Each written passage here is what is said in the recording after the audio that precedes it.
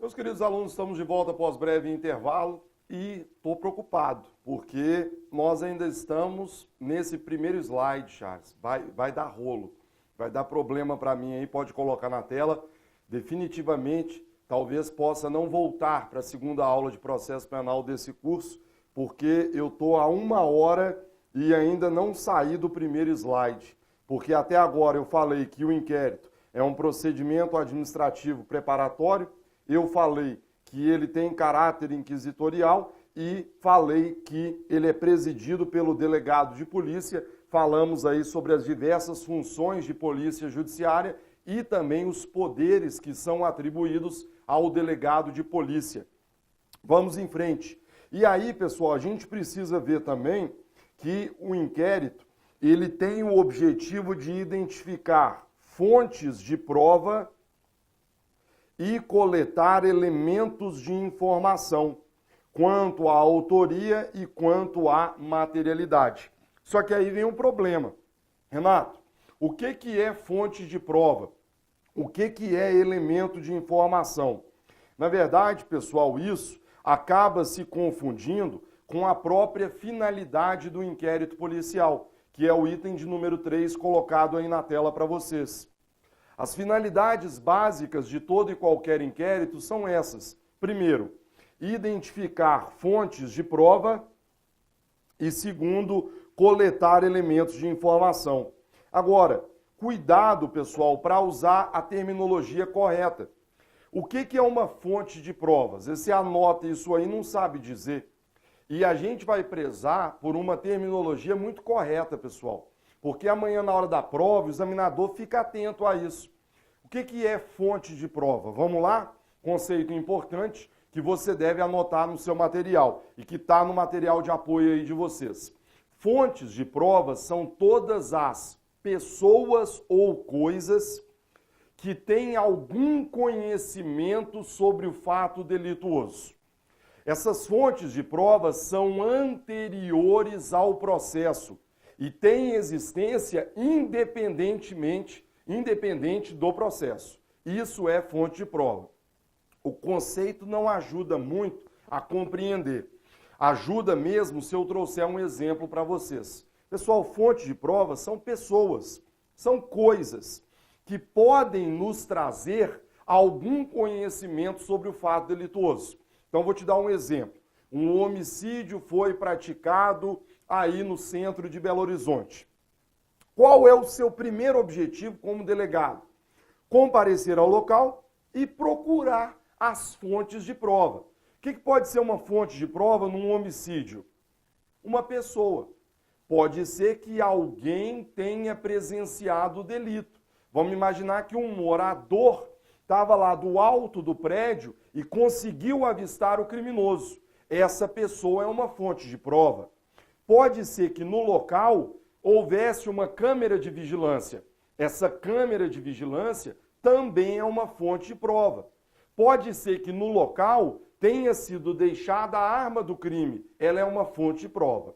Percebe? Então, o primeiro objetivo do inquérito é exatamente esse. E, aliás, é o mais difícil. É você, como delegado, tentar identificar todas as fontes de prova, né, todas as pessoas ou coisas que têm algum conhecimento sobre o fato delituoso. 2. Está aí na tela para vocês. Colher elementos de informação, ou se você preferir, elementos informativos quanto à autoria e materialidade do delito. Pessoal, mais uma vez, as palavras não são colocadas à toa no seu material. Por que eu uso elemento informativo? E por que eu não uso a palavra prova? Porque há diferença entre elas. Na verdade, pessoal, essa terminologia, elementos informativos, ela passou a ser adotada pelo próprio Código de Processo Penal no ano de 2008, quando foi dada nova redação ao artigo 155. Então, na verdade, quando você faz menção àquilo que é coletado e documentado no inquérito ou em qualquer procedimento investigatório, isso não é prova, isso é elemento informativo. Então, colegas, extremamente importante que saibamos diferenciar elementos informativos de provas. E essa distinção, eu insisto, não é algo que eu, Renato, pensei para vocês, como criação doutrinária. Isso, na verdade, pessoal, é o resultado simples e direto de uma leitura do artigo 155. Olha aí o que diz o artigo 155. Está aí na tela para vocês, vejam. O juiz formará sua convicção pela livre apreciação da prova produzida em contraditório judicial, não podendo fundamentar sua decisão exclusivamente nos elementos informativos colhidos na investigação, ressalvadas as provas cautelares, não repetíveis e antecipadas. Pessoal, vamos fazer agora no seu material, pode segurar na tela aí pra gente, Charles, um código, segura na tela pra gente, um código comentado, porque perceba que a simples leitura do artigo 155, ela traz uma infinidade de conceitos. Primeiro, o que é prova? Prova é aquilo produzido em contraditório judicial. Renato, mas o que é elemento informativo, que é essa expressão que você está usando? Elemento informativo é aquilo colhido na investigação. E por fim, Renato, o que é prova cautelar? O que é prova não repetível? O que é prova antecipada? São conceitos que você deve compreender muito bem, porque, aliás, já foram cobrados em provas para a magistratura. Magistratura de Minas, por exemplo, há alguns anos cobrou. Segunda fase, hein? Candidato, diferencie provas cautelares de provas antecipadas de provas não repetíveis. Vamos lá? Primeiro, meus amigos, o que é um elemento informativo? Ou, se você preferir, o que é um elemento de informação? Primeiro dado importante. O elemento informativo é aquele colhido na fase investigatória. Duas observações importantes. Primeira delas, quando me refiro à fase investigatória, me refiro não apenas ao inquérito. Porque às vezes o aluno fala, é só inquérito? Não. Já falamos sobre isso. A investigação hoje, ela não tem como único instrumento investigatório o inquérito. As investigações podem ser feitas em outros procedimentos. Não me interessa qual é o procedimento. Tudo que é produzido numa fase investigatória ganha o status de elemento informativo. A título de exemplo, aqueles elementos colhidos pelo Ministério Público num procedimento investigatório criminal por ele presidido, também ganham o status de elemento informativo. Legal? Então não é porque eu, promotor, presidi uma investigação que aquilo será prova. Não. Aquilo é um mero elemento informativo que amanhã, quando a denúncia for oferecida, deverá ser confirmado em juízo sob o crivo do contraditório judicial para que ganhe o status de prova. Maravilha? Legal. Outra observação importante. No bloco inicial da aula de hoje, nós vimos que o Estatuto da OAB foi alterado. E o Estatuto da OAB passou a prever que agora o advogado tem o direito de assistir a seus clientes durante a apuração das infrações penais. Aí olha que questão interessante. O examinador vira para você e fala, candidato, imagine o seguinte, imagine que o advogado acompanhou a oitiva de uma testemunha na delegacia de polícia, com base no inciso 21 do artigo 7º. Será que isso, então, agora ganha o status de prova? Olha que pergunta legal, né? Quer dizer, ele combina a leitura do 155 com a leitura do inciso 21, acrescentado no ano passado pela Lei 13.245. Muito legal. A resposta é não. E por que não, colegas? Ora, vocês acabaram de ver comigo. O artigo 155 ele é muito claro. Quando ele faz referência à prova, ele diz: prova, pelo menos em regra, é aquilo produzido em contraditório judicial. Então, pessoal, por mais que você queira, tá inclusive aí na tela para vocês, ó, prova, pelo menos em regra, é aquilo produzido em contraditório judicial. Ou seja, por mais que você queira dizer para mim que o advogado de defesa estava presente na delegacia e que ele acompanhou a oitiva de uma testemunha, que ele acompanhou o interrogatório do seu cliente, isso não dá a esse elemento o status de prova, porque ele não foi produzido em contraditório judicial. Legal? Então vamos em frente. Elementos informativos na tela são aqueles escolhidos na fase investigatória. Já falamos sobre isso. 2. Aqui, meus amigos, não é obrigatória a observância do contraditório e da ampla defesa. Já falamos sobre a natureza inquisitorial do inquérito, mesmo após o advento da Lei 13.245. E já deixamos claro no primeiro bloco que não é obrigatória a presença de advogado durante as investigações. E isso, convenhamos, pessoal, é essencial para a própria eficácia das investigações.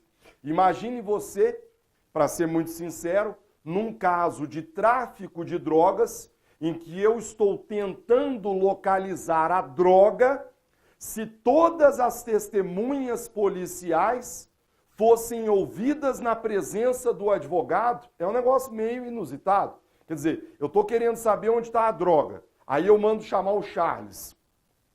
Aí o advogado de defesa está junto? Quer dizer, você acha que a pessoa vai falar assim, olha, eu queria dizer o seguinte, eu fiquei sabendo, parece que a droga ela está sendo guardada num depósito às margens da rodovia Fernão Dias, número tal, altura do município tal. Aí do lado está o advogado de defesa. Nada contra o advogado de defesa, né, pessoal? Mas essa informação possivelmente vai vazar e amanhã, na hora do cumprimento de um mandado de busca domiciliar, a droga fatalmente não será encontrada. Então precisamos entender que a própria eficácia das diligências, ela depende desse sigilo, ela depende da não observância do contraditório. O contraditório e a ampla defesa ficarão reservados para um momento futuro, já que todos esses elementos amanhã terão que ser confirmados em juízo e, logicamente, o serão sob o crivo do contraditório e da ampla defesa. Terceira observação, está aí na tela para vocês. O juiz só deve intervir quando necessário e desde que seja provocado nesse sentido. Pessoal, rapidamente, os elementos informativos são produzidos na fase investigatória. E aqui você precisa lembrar que na fase investigatória, o nosso querido amigo juiz não é dotado de nenhuma iniciativa acusatória. Juiz não é dotado de iniciativa acusatória no processo penal brasileiro. Renato, o que seria essa iniciativa acusatória? Usando aí uma terminologia do professor Eugênio Pacelli. Pessoal, iniciativa acusatória é quando o juiz age de ofício produzindo provas na investigação preliminar. Isso é o que se chama de iniciativa acusatória. Quer dizer, um juiz que a investigação está em curso e o próprio juiz sai por aí, ele produzindo provas. É o que se chama de iniciativa acusatória. Essa iniciativa acusatória não é compatível com o nosso sistema acusatório, que atribui a pessoas diversas as funções de acusar, defender e julgar. Ao juiz incumbe julgar. Tanto é que a própria Constituição diz isso. lá no artigo 129, quando outorga ao Ministério Público a titularidade da ação penal pública. Quando a Constituição outorga ao MP a titularidade da ação penal pública, o que a Constituição está fazendo? Ela está dizendo expressamente que as funções de acusar, defender e julgar devem ser atribuídas a pessoas diversas. Por isso que o juiz não pode agir de ofício na fase investigatória, sob pena de ressuscitar a figura do famigerado juiz inquisidor. Legal? Então, Renato, juiz age na fase investigatória? Não. De ofício, não. Porque se fizer, ele viola de uma tacada só, não apenas o sistema acusatório, como também a própria garantia da imparcialidade. Por isso, pessoal, qual é o papel do juiz na fase investigatória? É o que está aí na tela para vocês. O juiz, na fase investigatória, ele só deve intervir quando necessário. Já falamos na aula de hoje sobre a cláusula de reserva de jurisdição e desde que seja provocado nesse sentido.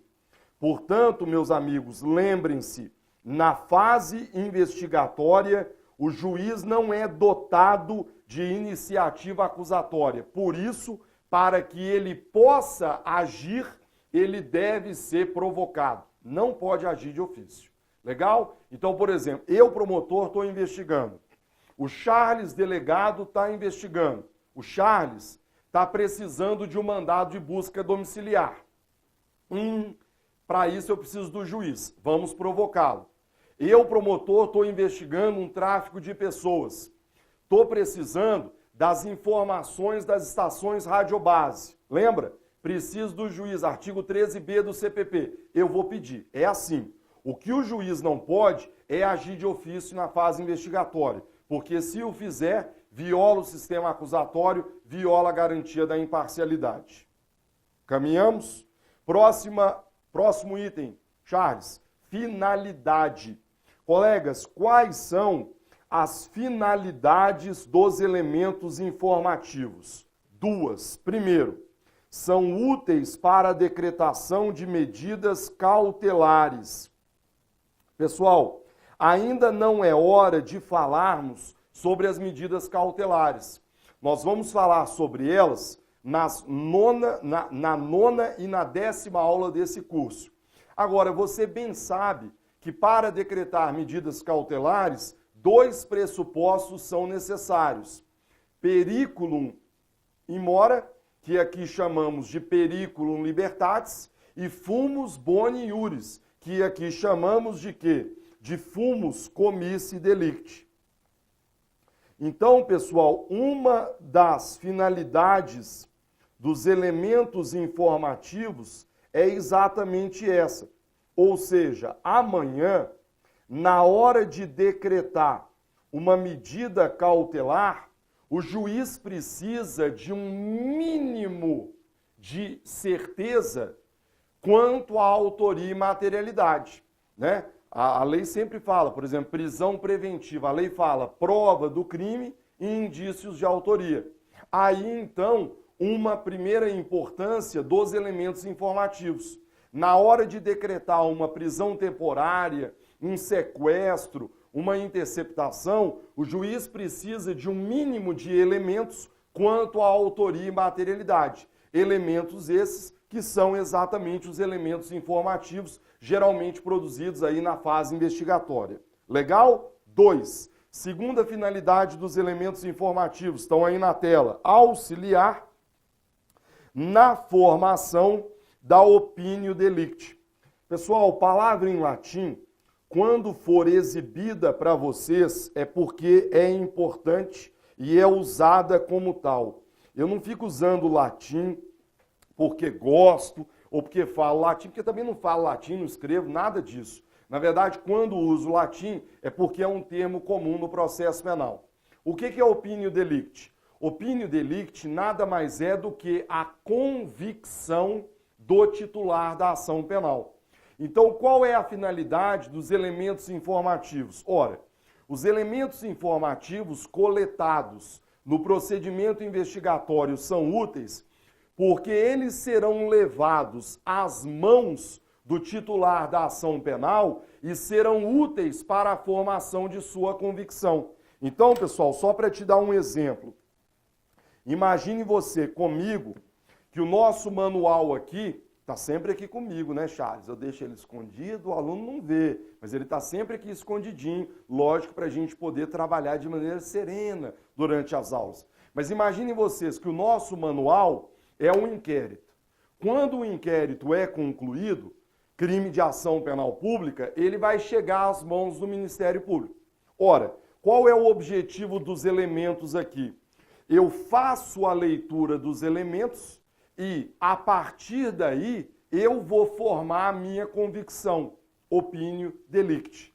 Seja no sentido de oferecer denúncia, requisitar diligências, promover o arquivamento, declinar da competência, suscitar um conflito e assim por diante. Legal? Então, pessoal, a segunda finalidade dos elementos, que acaba se confundindo com a finalidade do próprio inquérito, é exatamente essa. É auxiliar na formação da convicção do titular da ação penal. Maravilha? Para a gente poder concluir esse ponto referente aos elementos informativos. Renato, posso condenar alguém com base em elementos informativos? Será que o juiz pode formar sua convicção apenas com base nos elementos informativos? Vejam, o problema dos elementos informativos, e isso já foi destacado, é que esses elementos são produzidos como? São produzidos sem a obrigatória observância do contraditório da ampla defesa.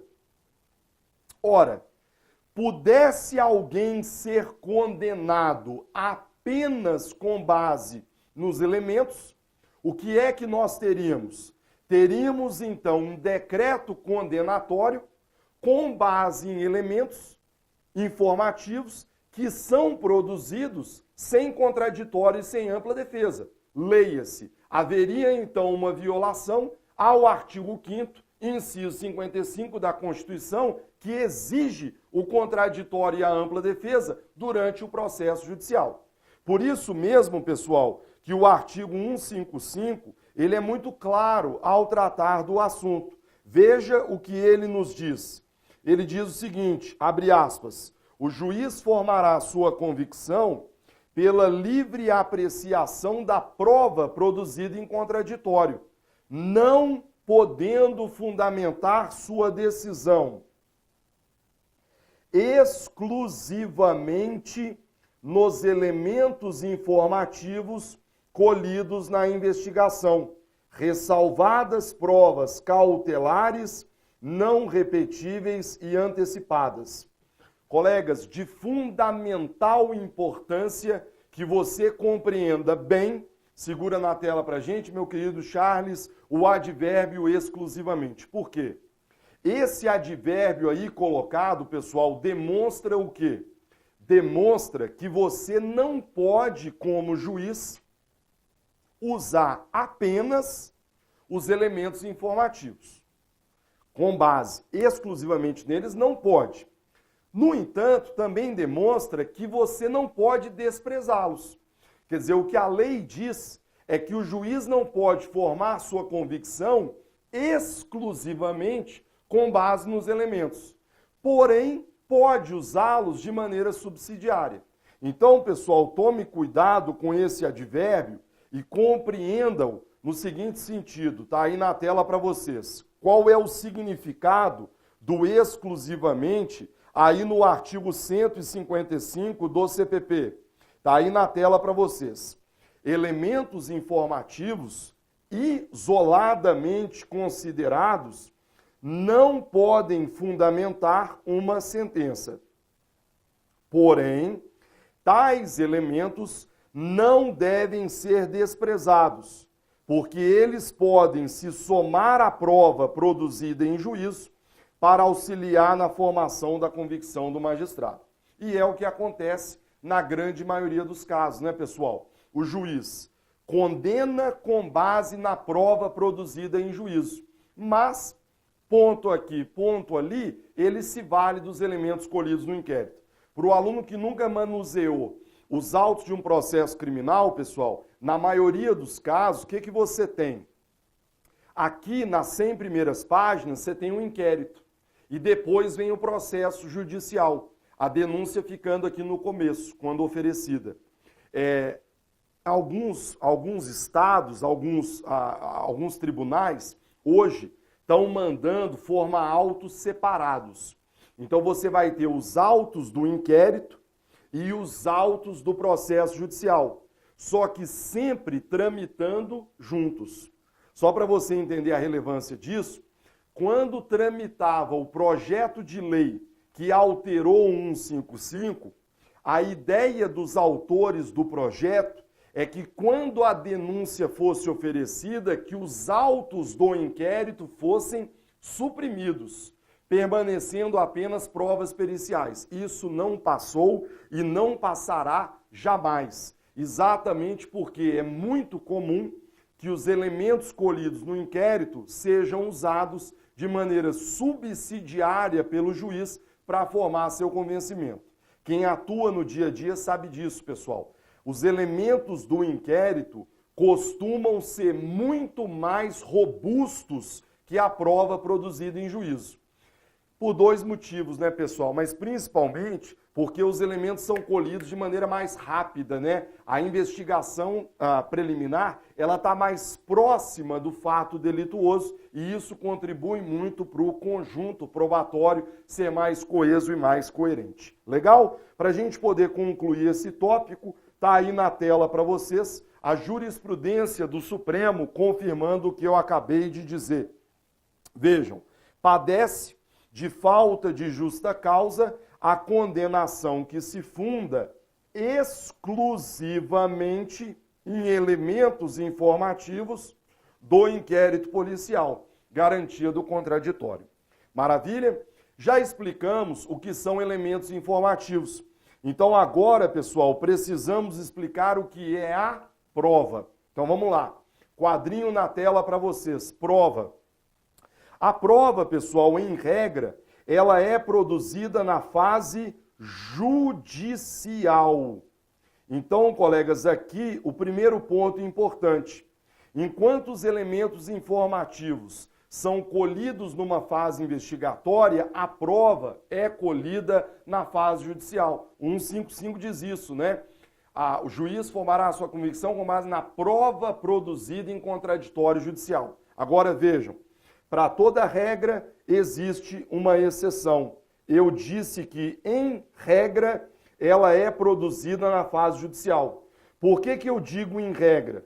Porque o próprio artigo 155 diz que existem provas que não necessariamente são produzidas em juízo. Dá uma lida comigo de novo. Vamos lá, me perdoe por ler, mas é porque é a partir da leitura que a gente vai fixando. O juiz formará a sua convicção pela livre apreciação da prova produzida em contraditório judicial.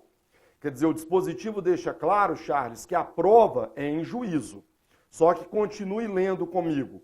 Não podendo fundamentar a sua decisão exclusivamente nos elementos informativos colhidos na investigação, ressalvadas provas cautelares, não repetíveis e antecipadas. Quer dizer, o dispositivo deixa bem claro que essas provas aqui citadas podem ser produzidas onde? Numa fase investigatória.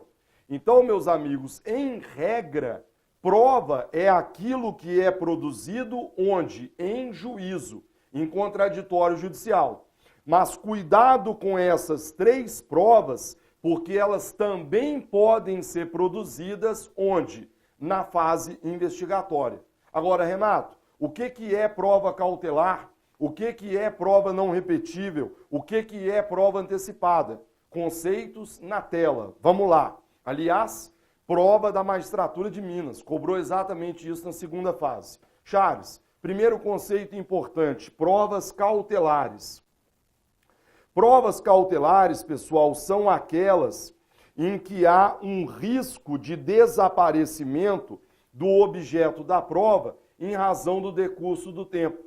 Podem ser produzidas na fase investigatória e também na fase judicial.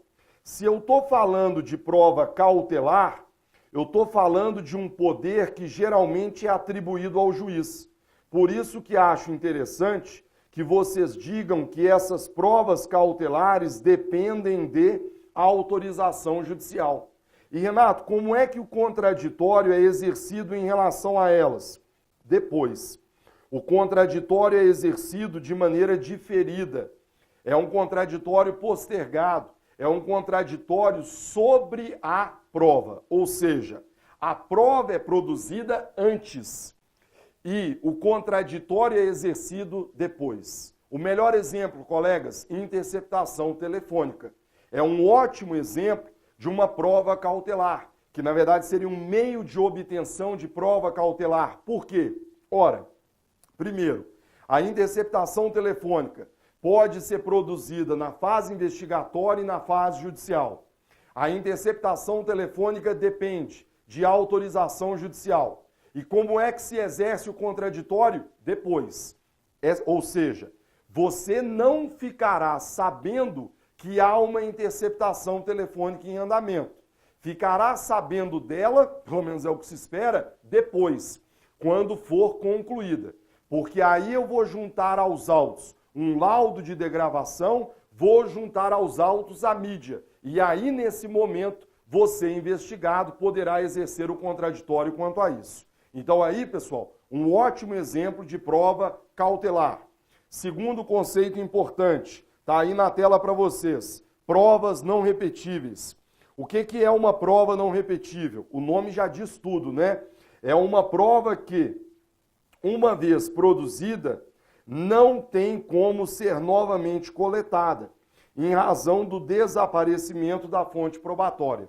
Essas provas não repetíveis, à semelhança das provas cautelares, podem ser produzidas na fase investigatória e também na fase judicial. Essas provas não repetíveis, aqui uma diferença quanto às provas cautelares, não dependem de autorização judicial. Veja que as provas cautelares dependem, provas não repetíveis não. E por fim, pessoal, o contraditório aqui também é exercido de maneira diferida. Então, pessoal, o que é uma prova não repetível? O nome já diz tudo, né? Prova não repetível. Ou seja, é uma prova que ela foi produzida, ela foi realizada, mas amanhã eu já não consigo repeti-la. Por isso que ela é urgente, porque eu não tenho como ficar repetindo essa prova. Melhor exemplo citado aqui no manual, um exame de corpo de delito num crime de lesões corporais. Ora, a mulher apanhou do marido, né? Eu faço a perícia. Preciso de autorização judicial? Não. O próprio delegado manda fazer. E essa prova, daqui a uma semana, já não mais poderá ser reproduzida, pelo menos diretamente, porque os vestígios fatalmente acabarão desaparecendo com o decurso dos dias. Como é que o contraditório é exercido? De maneira postergada. O investigado, ele não exerce o contraditório na hora da produção desse exame pericial. Ele vai exercer de maneira diferida depois, por exemplo, quando o processo estiver em andamento, já que agora ele pode indicar, por exemplo, um assistente técnico para questionar esse laudo pericial. Legal? Prosseguimos, meus amigos. E o último conceito, antes da gente ir para o intervalo, Charles, só para não interromper aqui, provas antecipadas. Como o próprio nome já diz. Prova antecipada, Charles, vamos segurar então, até para não correr, e eu procuro ficar nos 35 minutos, vamos segurar, a gente fala sobre esse conceito depois do intervalo. Eu não vou a lugar nenhum, a gente fala sobre isso daqui a pouco.